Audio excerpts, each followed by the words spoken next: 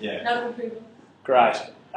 So we're going to talk a little bit about energy monitoring, and as I've just clarified, and it's fortunate that we had this discussion beforehand, this is really about small scale, small business, residential scale energy monitoring.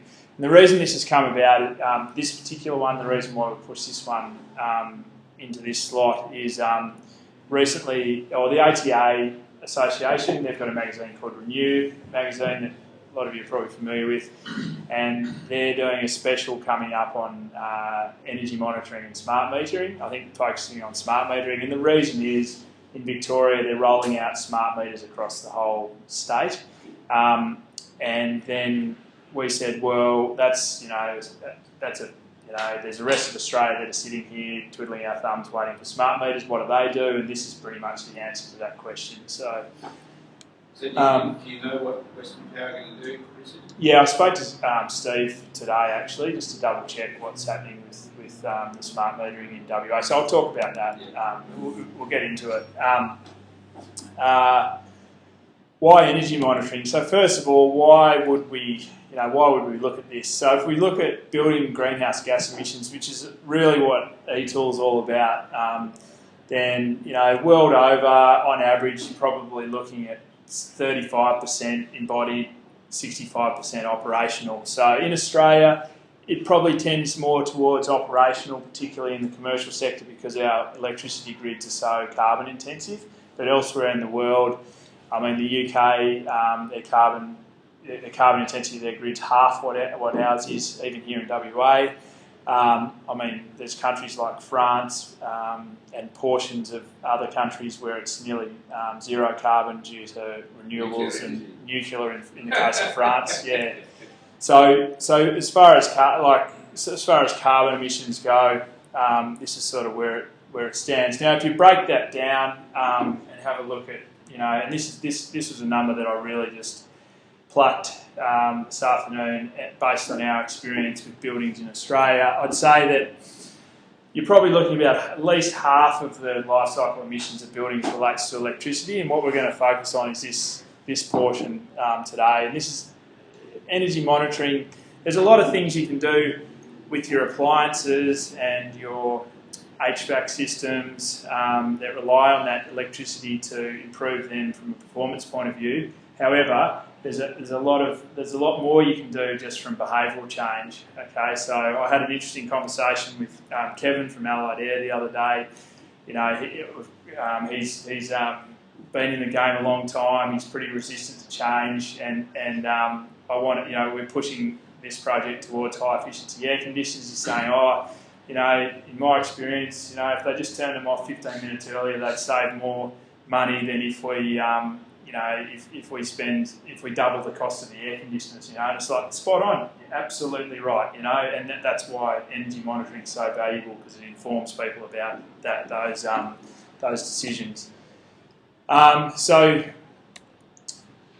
This is a personal anecdote as well, as far as why energy monitoring it should be potentially a consideration. So this is my own personal energy consumption over the last sort of 12 months or whatever at home. I had a baby here, or not personally, but we had a baby, and my wife, or my partner, sorry, I'm not married yet, but my partner sent me out to Retrovision to buy some heaters because it was freezing, and our house is probably probably a 2-star house or something in thermal performance terms, and no heating except for an open fire. So the electricity went through the roof in winter, and then we got this bill and said, heaters are going in the shed. Forget about those. Or get rid of them on Gumtree, whatever it was. Much to my relief. But then we got this bill after this period here, which I've just got no idea what happened there, and I basically burnt in that 1-2 month period $275 in extra power that I don't know what happened, and I'm absolutely stumped. I just cannot work out what it is. I kind of think maybe we left the grill on accidentally for a couple of weeks or something. I don't know. And you know, it can't even be a hot water leak or anything because if it is, it's blocked itself up again or something. I don't know. I've just got no idea what it is. And energy monitoring just would have highlighted that for me straight away. You know, you just can't triple your energy use overnight without spotting it. You know, if you've got a little display in the house that's going, hey, what the hell's going on? So maybe they estimated your bill based on your July reading. Yeah, no, they didn't. So they were all actual readings all the way through that period. And I was just, so I'm really stumped about it. So I'm now looking at that going, is that going to happen again? Realistically, if I had bought an energy meter, then in July it would have been a 1 month payback on that. With some of the solutions that are available. I'll just go through a bit of the jargon. So the first word that you come across is smart meters. So it generally refers to meters that are supplied by utilities that replace the old dial meters and allow the following advantages. So the utility is interested in them because it allows wireless meter readings. Okay, so they don't have to send somebody out and pay them to go and read all the meters, and they don't have to answer the angry customers where there's been an error in the meter reading or whatever, and a billing issue. Also, real-time reporting of energy consumption, so that they can actually understand what's happening on a suburb-by-suburb basis. They can see ahead of time when a transformer's getting to nearly the maximum of what it can handle. And also, potentially, some of these smart meters allow real-time reporting of energy consumption to the actual households or their customers. So, not always, but sometimes. So, some examples in Australia, in Victoria, there's a statewide rollout underway. There was a Perth smart metering trial as part of the Solar Cities, and it was about, I think it was actually 9,000 houses, just over 9,000 houses. Interestingly, there was a 7% reduction in average energy use, and the guys from Western Power are just getting back to me on whether that was a 7% reduction across all 9,000 houses or whether it's a 7% reduction across just the houses that actually, everybody got sent the in-home display, all 9,000 houses, but it was sent in the mail by Synergy, and I'm not even sure that it had the instructions on how to pair it up. So the people that paired it up had to ring up and say, "What's this thing?" And then they got. I think that was the story. So a lot of them went to the bin. yeah. So I mean, if that's true, and there was a 7% reduction across all 9,000 people that had the smart meters, that's an incredible reduction in energy use. But I'm just getting the info from. Can I just add anecdotally, so Watercorp have just rolled out smart metering in Kalgoorlie without the real-time feedback from the in-home display, and they reckon they were getting about a 5% sustained reduction. And I think it's just the effect of people feeling like they're being monitored and watched. 13% of the reduction. 13% of the reduction from the power use was attributed to the IHDs, according to the report. Yeah.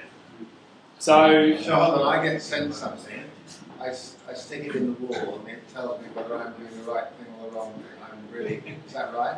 Yeah, so it's like treat me as completely... Yep. No, I'll throw some dashboards up later so you get an idea of what it's actually telling you. The other thing is sometimes the word smart meter is used to describe other energy monitoring solutions. So, Chi and I had a massive discussion about this a while ago where I think at some point during the sort of, formation of some marketing materials for a client that we're working for, we started using the word smart meter instead of, energy monitoring or whatever. And it ended up going to print like that. And then Chi looked up smart meter on Wikipedia or whatever, and this is what she kind of got, this section here, and we had to, like smart meters, it's a pretty generic term, but strictly speaking, Chi, you were exactly right, like this is really what it's talking about. I knew that. I didn't just look it up afterwards, switch.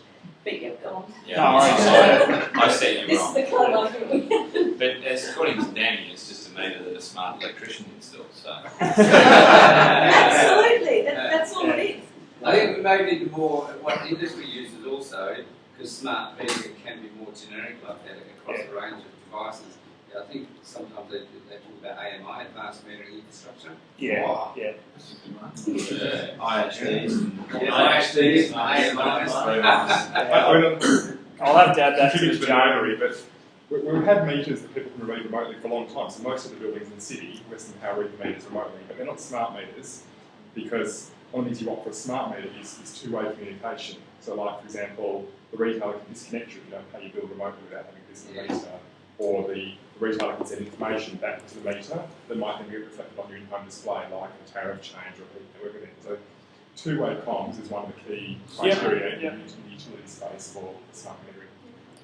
Yeah, that was something that I think was highlighted in the Solar Cities report as well. That the average time to disconnect somebody when they had to do work on the property or whatever was 2 weeks or something prior for the conventional methods, and then it cut. And then I was looking at the graphs, and they kind of looked similar. And then I realised one was in weeks and one was in seconds. So that it cut down the disconnection time and reconnection time from weeks to seconds. Yeah. What Fabian was saying also too about that Kalgoorlie smart meter trial, the really huge benefit there was actually leak detection and massive volumes of water. So I think it's something in the order of like 10% of water was saved just from leak detection. Yeah. And so with your home, where you pointed out where the hell did that bloody $275 It's effectively a if leak. you had real-time monitoring, you'd know straight away. And that would probably happen across a lot of households, and it would be really useful for low-income households. So the problem in Victoria was the backlash. All the extra high bills, people just didn't understand how to, because they also switched to time of use tariffs. Did they? Yeah, right. And they only got cold. So a lot of people really ended up having these high bills. So that has to go with... And they were exploding too, when they were exploding and killing, destroying houses. It's a lot of cancer. It's a lot of cancer. Put the microwave on the screwdriver after the very expensive bill. Yeah. I think actually they had to buy their own IHD. They have to buy their own in-home display. Sorry, more jargon. On to the next jargon. So, energy monitoring refers to, I guess, and this is my definition. I didn't look it up, so it's probably wrong. But it refers to any sort of use of recording information, preferably real time, to make informed decisions about consumption and energy cost savings. So, includes some applications of smart metering, I think, where you've actually got that real-time display, but also covers commercial installations, not linked to utilities, and unlike smart meter applications, often includes multi-circuit monitoring. So most smart meter applications, they're monitoring the energy going into your house, and then what you do with that's kind of your business. I don't think there's a lot of that I'm aware of, and this is one of the reasons why I want to catch up with Steve and Helmut and actually find out, what the functionality of the different meters are. But most of the time, I think they're interested to see what you're doing with your energy as a whole. But for the home user, if I had no energy ordering experience at all, and then I've got my little in-home display and I'm looking at it and it's going through the roof, and then I've got no idea where that energy is actually going, then it actually may not help me all that much. Whereas if it's split up into different circuits, and it'd be a lot easier for me to troubleshoot that issue. So I think that's where energy monitoring probably diverges quite a lot from smart metering. In my opinion, is actually splitting it up into different circuits, etc. So it's free. So I'll show the dashboards a little bit. It should explain it a bit more. So you can do that, and you can hook into the switchboard. We don't do any monitoring. No, yes. Fabian? Yeah. We don't do any metering as well. All we do is recommend. Yeah. So we're not looking into any data. We definitely push people towards multi-circuit monitoring, though, if possible. But we don't. I think the key thing is to get something happening. The other one is IHD. So the TLA, the three-letter acronym for IHD, or for in-home display, is IHD. Any type of device that enables you to monitor your energy use in the premises in real time. It can be linked to a utility supplied smart meter or a third party supplied energy monitoring solution. So if you're lucky enough to live in Victoria, you can pick up one of these for $40 because you get a rebate, you know, and it'll monitor your energy use in real time. For us, or most of us in WA, unless you're one of the 9,000 people in the smart metering trial, and I think you got one, they got theirs for free. But the rest of us, we don't have a smart meter connected to our premises. We don't have the ability to buy one of these in-home displays and link up with that. So we need a third-party solution. We need something that's going to actually bypass that and allow us to jump the queue.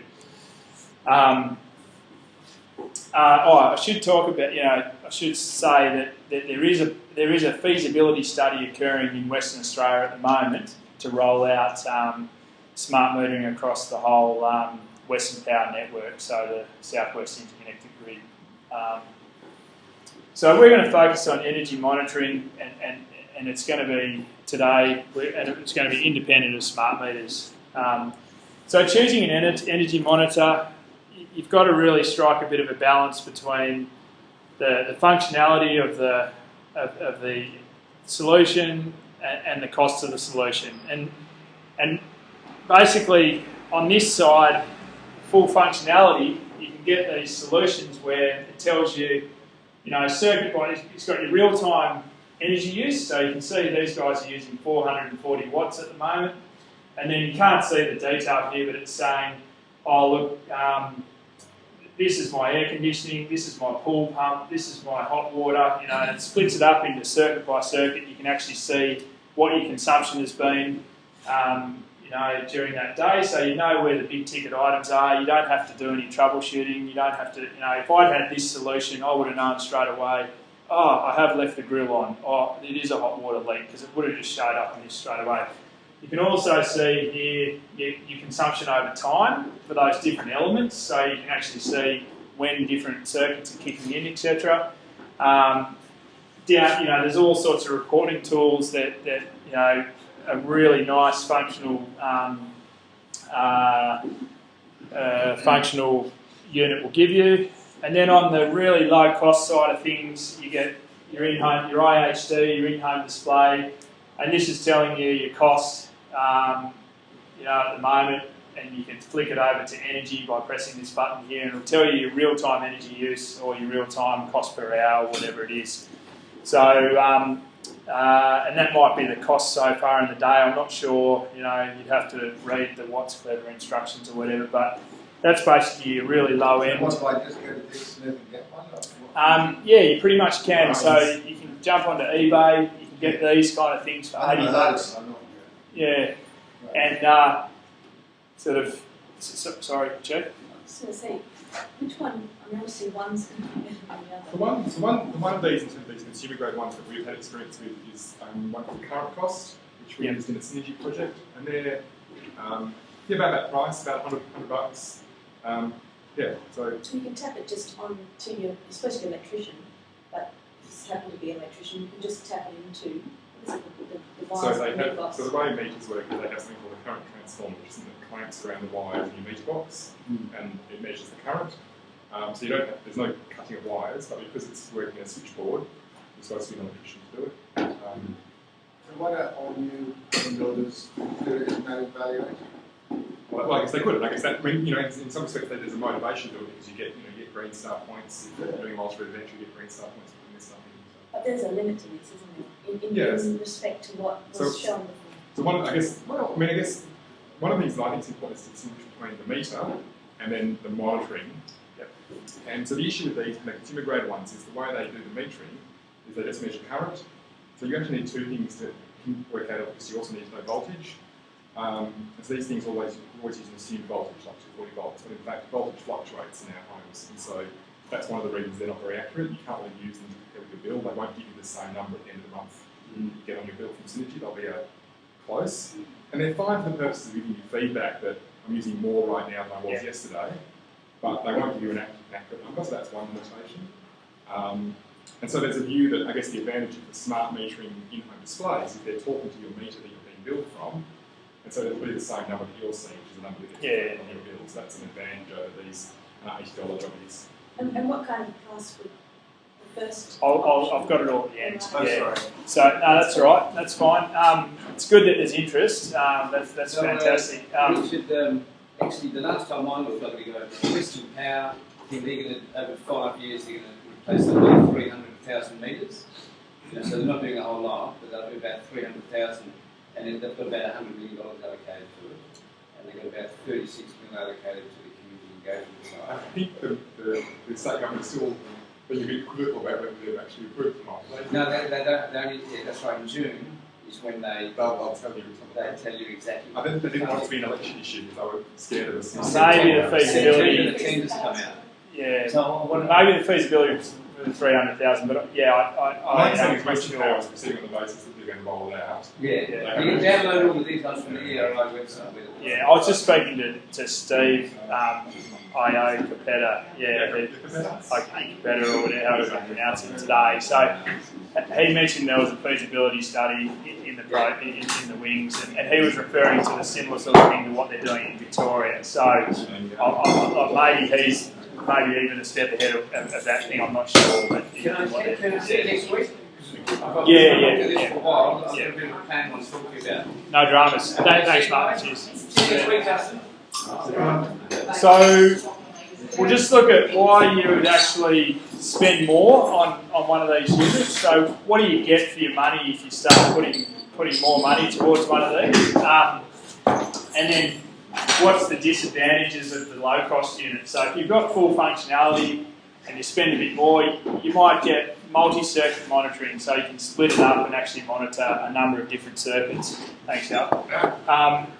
You might be able to monitor it remotely, so you might be able to sit there at work and you might even get functionality where it sends you an email if your partner's in the spa, been in the spa for too long or something. I don't know. So that might be something. Your data is managed for you off-site, so you don't have to muck around downloading it off the thing and chucking it in the spreadsheet and working out, what's going on. Some devices you can actually plug into your PowerPoint or actually straight into a DIN connection, so you don't actually require batteries for the sensors. Whereas over here, your in-home displays usually require batteries. Sometimes they'll plug into a PowerPoint, but often the little ones they require batteries. To store data long term, you actually need to download it onto your computer. So there's sort of some manual stuff that happens there. You can actually compare in some of these solutions. You can compare your usage to other people in the community. So you could have a look and say, okay, how do I compare to Western Australia, or how do I compare to the rest of Australia, or how do I compare to world power usage in residence or whatever. So that's pretty awesome, I think, from the point of view of having a little bit of competition, or feeling a little bit, I guess, an onus to reduce your energy use if you're above average, and giving yourself a pat on the back if you're below average. I guess that can work both ways. If you're consistently below average and you've got the greenie and the party animal in the house, then the party animal is going to be saying, yeah, that means we can go more, I don't know. So potentially, I don't know. Can switch circuits off remotely in some of these situations or some of these solutions, so you can actually go online and turn the spa off, if you want to. Some of them. You can do that. Is that right? Some of them you So can, that's why Yeah. the top grade energy monitoring is, Yeah. especially if you're going commercial with it. Yep. It's One of the things is too, like you could put your turn your fridge on for a couple of hours in the day, and it'll still keep cold enough, and then leave it back on or something, things like that. If you wanted to go to that, That's the peak. a daily switching on and switching on. I don't know if there's. Yeah. I think it's possible. I think not all appliances like being switched off remotely. There's an Australian standard for air conditioners. They don't have a physical interface, but they'll accept messages. And that's good because they're designed to accept those messages and they know how to respond. It'll say, cycle up to at most 50% of your demand. And so that's kind of a smarter way to do it if you've got a smart appliance. Yeah, definitely. So rather than necessarily cut it off, because sometimes your fridge won't be switched off and will do something. Yeah, I don't know. So generally, I mean, I know it's not specific to this point, but I mean, generally, the level of energy monitoring is one of the things to plug in with a candidate. Sorry, The level of energy monitoring, the scope of it, the level of it, the better ones or the worse ones, that's the sort of information you can plug into eTool when you're doing the overall picture.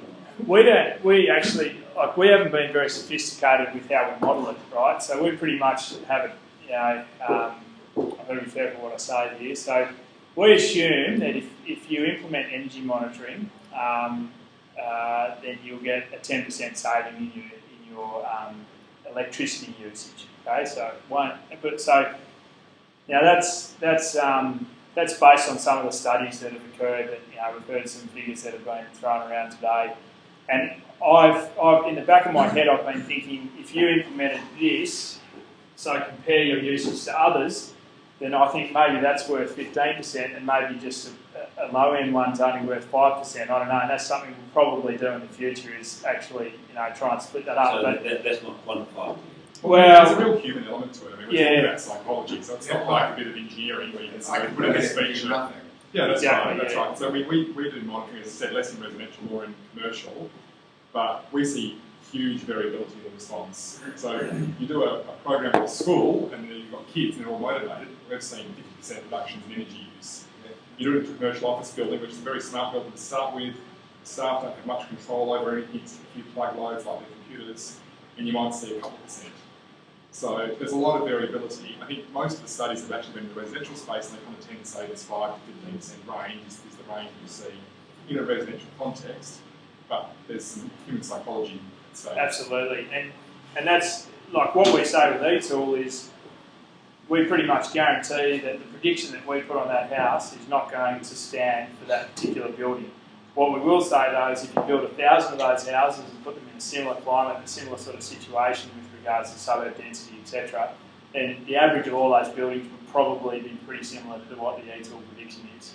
So if you implemented that solution across a whole range of buildings, then I'd be pretty confident that you'd see a 10% drop if you were able to do a proper study and have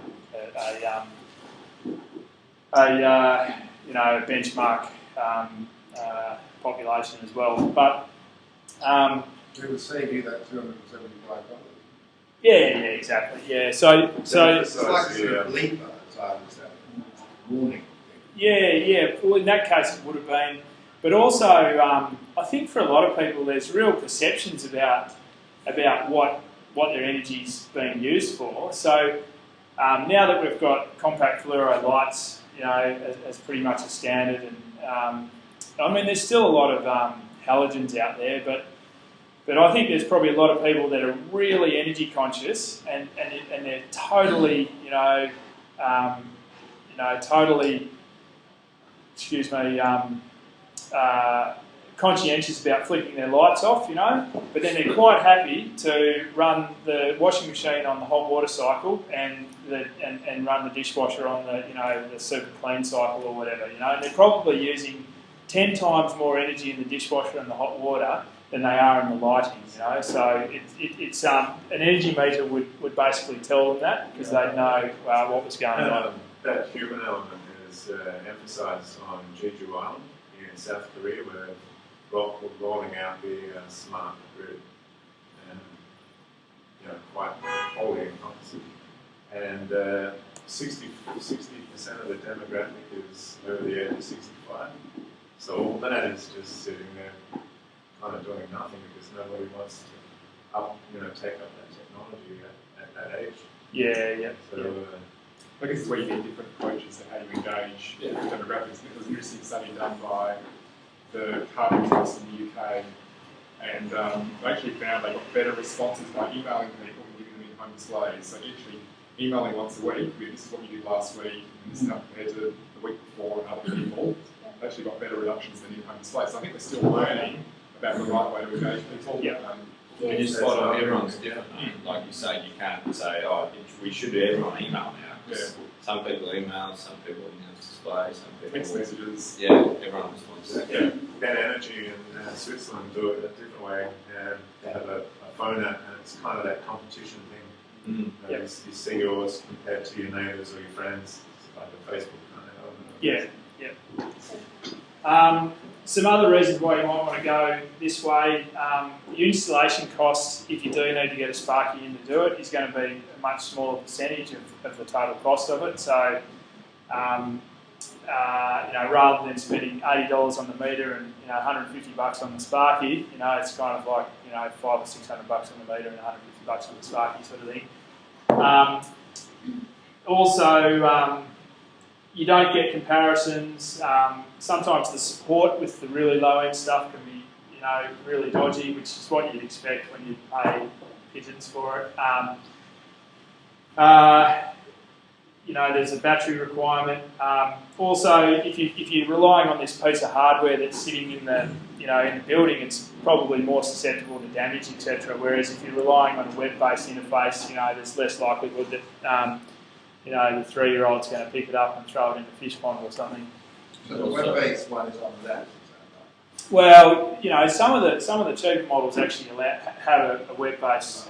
Yeah, so I'll run through some of the. Is that another benefit too? Then it's more future-proof if it is web-based. Absolutely, yeah. Your iPhones will change and software can change, but yeah.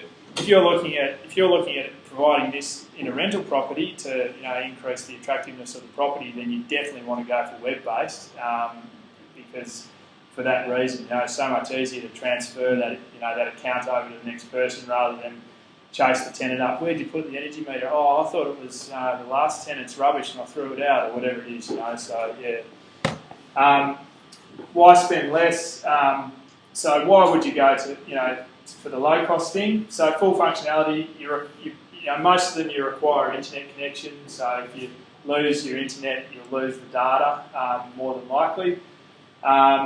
Potentially use more power to run. If it's got a lot of functionality, it's probably going to be drawing a bit more power, but not always. Some of these will actually use more power. Usually you require a computer or mobile to access the data. So there's some people that just don't, you know, still don't use computers, you know, and so if they don't have a computer, then they don't have access to the internet and they can't even look at what's happening with their energy use. A lot of these you know, really high functionality ones, they actually have a fee, an ongoing fee to actually access the data, you know, so rather than just having an upfront cost, you'll pay on a monthly basis or something to keep your account open.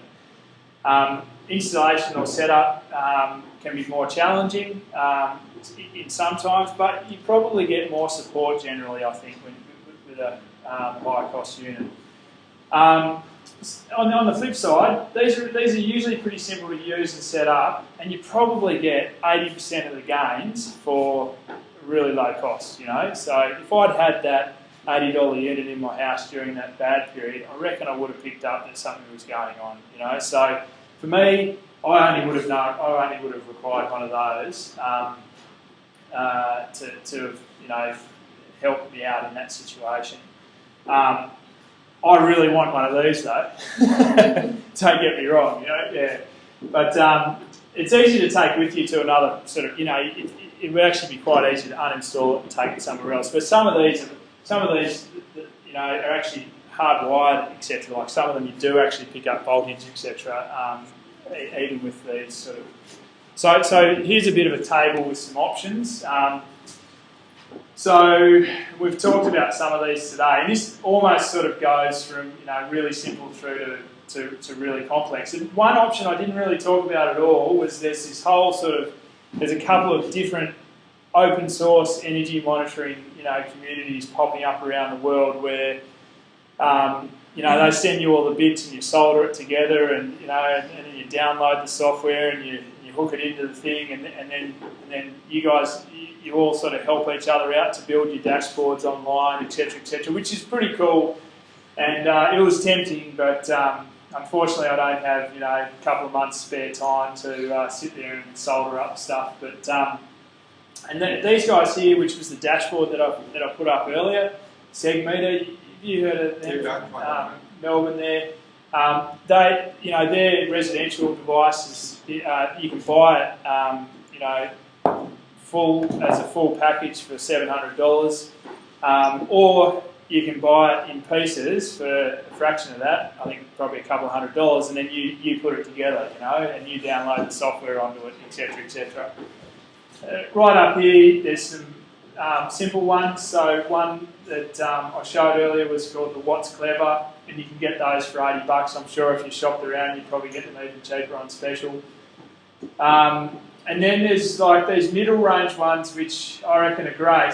This one probably should move up to here. This is kind of like the Ferrari. You know, well, not even a Ferrari. It doesn't really have the performance. It looks great. You know, it's sexy, but apart from that, it's not all that. I don't think it's got all that much functionality. But the company that's picked this company up looks like they're going to take it to the next level, which is kind of cool. These ones in here, so there's a bit of a range between just your hardware versions, and then there's some that actually hook up with the internet. So this is the, I think this is the current cost one, the MPR. Yeah. So there's, you know, you can get the in-home display by itself. You can actually get a thing that hooks it up to the internet and sends you data, and you only get one channel. So you're only measuring the, you know, the one circuit or whatever. But then you can get one that's actually got 10 channels, so you can actually look at the energy use of 10 different circuits, or might be, you know, your energy supply, your hot water, and your solar system or something. So that's an option there. That's middle of the range, and you still get some good flexibility. This one here, this power tracker model, they've actually teamed up with Billion, who make modems, and their device, their meter is a lot more expensive than the normal just current meters, because it measures voltage as well. But they also offer a plug socket that so you can take the plug socket, and it basically just, you know, you pull your fridge out, you plug this one in, and you plug it in the other end, and it'll measure it'll monitor the fridge for you as a separate circuit, and it just feeds it through to the modem, sends it to the internet, and you log on. And what's that? It's wireless. Yeah, they use the Zigbee network, I think, to communicate within the building, and then obviously the modem actually doubles as a normal modem. So if your modem breaks down one day, then I'd definitely give Power Tracker a call, and you sort of get an energy monitoring device and a modem at the same time. So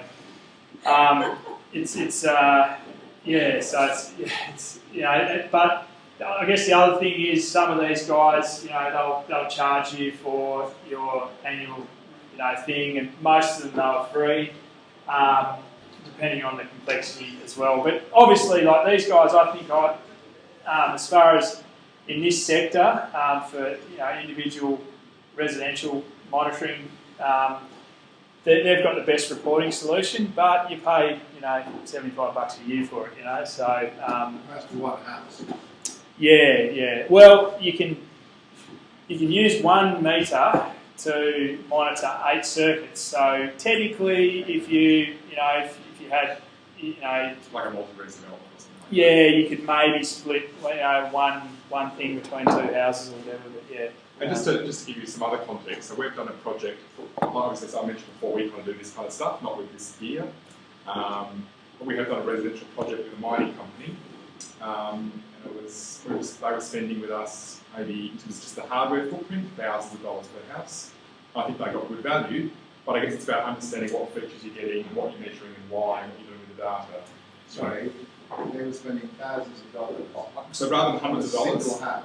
For a single house, that's right. Yeah, and I think, I'd suggest that was good value, but I guess they were measuring, so we were putting in multiple commercial grade 3-phase meters, measuring water, measuring roof space, temperature, indoor temperature, outside temperature, looking at, so and I guess it was a very accurate data we were providing. They were expecting the occupant to act on. Oh no, so in fact there was no, in terms of the stage of the project we completed, there was no feedback to the occupant. But interestingly, we were comparing different technologies like geothermal air conditioning, highly efficient conventional air conditioning.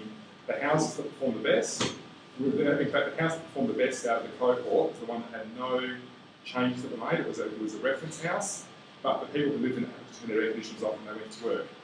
And so true. so that was the one that made the biggest difference. Mining Yeah, where was it then? In Parabellum. Right. Yeah. Yeah. But it really- So how does it pay for itself? Also, again, in this case, it wasn't about paying for itself in this project. It was about a study to say Oh, we okay. own hundreds of properties.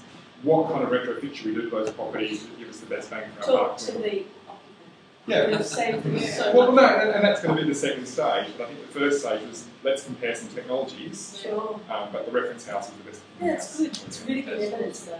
Yeah, yeah. Well, that's, I mean, I can see the logic. If you had knocked on the doors of Excursion, Yeah. you do this. Or even if you just call someone up and say, it doesn't have to be about technology. It can be Yeah. calling them up and saying, hey, we noticed you leave your air conditioner on when you go to work.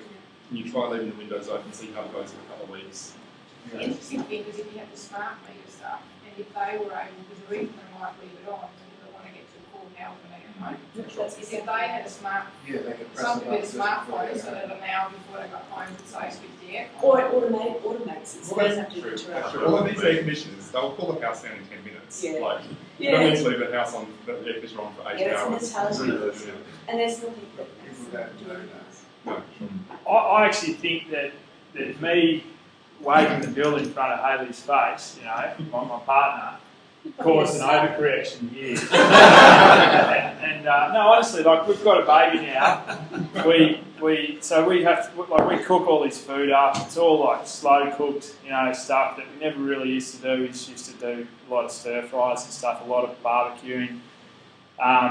So we use the oven heaps more than we used to.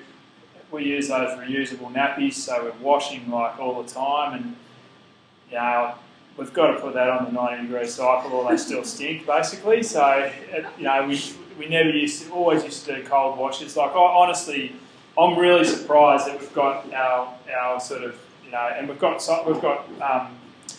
electric hot water as well. So it's a rental, yeah, and so and instead of having, you know, basically you have a bath with Hugo, and then you get out of the bath, and just in case he's pissed in the bath, you jump in the shower, you know. So you're using like so much more energy, but we've got it back to under 10 units a day, and I'm sure it's energy savings to stop breeding. yeah, absolutely, yeah. So I'm sure that was just, you know, Hayley's probably quite conscious about the lights and stuff now, the other things which she can control. And that's caused us to get right back down to sort of where we were before Hugo came and destroyed So things. what Yeah. monitors do you have? We had to colour monitor. What's that? We didn't have. Do a Yeah. personal manager. How did he do it? I think this was just actually, as I said, like I think when we're talking about how energy monitoring works, in this case I just said, you know, we got the bill and it was normally $150 and then it was, you know, $420, and Hayley's like, what's going on? I'm like, well, I don't know, but I did, you know, it's probably because, you know, something, you know, whatever. We don't have a spa or anything, but anyway, so I just think that, yeah, we've you know, we've been more conscious of it lately, and it shows, you know. Right. So yeah. So that's because of the learning process you've gone through. Yet the But it's also feedback, isn't it? It's feedback. Yeah, I think that's the key thing. In this gentleman's case, feedback was just a bill. That's right. So feedback, I mean, obviously it's nice if feedback's real time, but I think feedback is powerful, however. Yeah. What I wish is that we'd got that feedback when this had happened, because then instead of that being $275, it would have been $5. Yeah, we would have seen it happen for 2 days. Comparison with the same period last year. Last year was like that. Yeah. Well, you got March 12 was there, so it's actually not that different. So so there's a little bit of extra. Yeah. Well, that's the third person in the house, rather energy. Yeah, that's what I'm. Yeah, I just didn't think we'd get it back down under sort of 12 units a day. Yeah, the house is, apart from the stove, it's all electricity, and it's terribly inefficient. House. 12 minutes is not bad. Well, I mean, does anyone Well, that's 9. That one. I mean, since Western Power started bringing these bills in that show comparative use, is that right? Yeah, that's a question, I don't know. Has it got comparative use on The it now? synergy bill show this month versus last Oh, month. right. Versus last month. Same month And last like year. the same like last year. But they don't So, I mean, put you against an average, so. Yeah, the average would be awesome. Yeah. Or Yeah. good best practice. Yeah. So it should be Yeah. like- Go to that website, that Good. switch, take the switch or something like that, and put all your information and say what appliances you have and see what everyone's in your neighbourhood. if average consumption over I mean, one of the key ideas though is you talk about how do you compare March 2012 with March 2013, and you need some measure of intensity, like it's 3 people there rather than 2 people. That's the whole problem with comparing other people in your community. What kind of dwelling was it? How many people were living in the dwelling? If you're using 20 units, but you've got 4 people, and they're using 10 units, and they've got 1 person who's better. You know, it's you need some extra metrics to. Yeah, that's one of the that's I guess one of the other nice things about eTool. When you do plug it into eTool, it brings it back to that functional unit. So you're talking about carbon emissions per occupant per year, or whatever it might be. If it's a commercial space, it'll be per metre squared per year, or whatever. But so that's actually the end of the preso. It went way over time. I honestly thought it was going to be 10 minutes, but it was really good that we got people interacting, etc. So, yeah, thanks very much, everyone.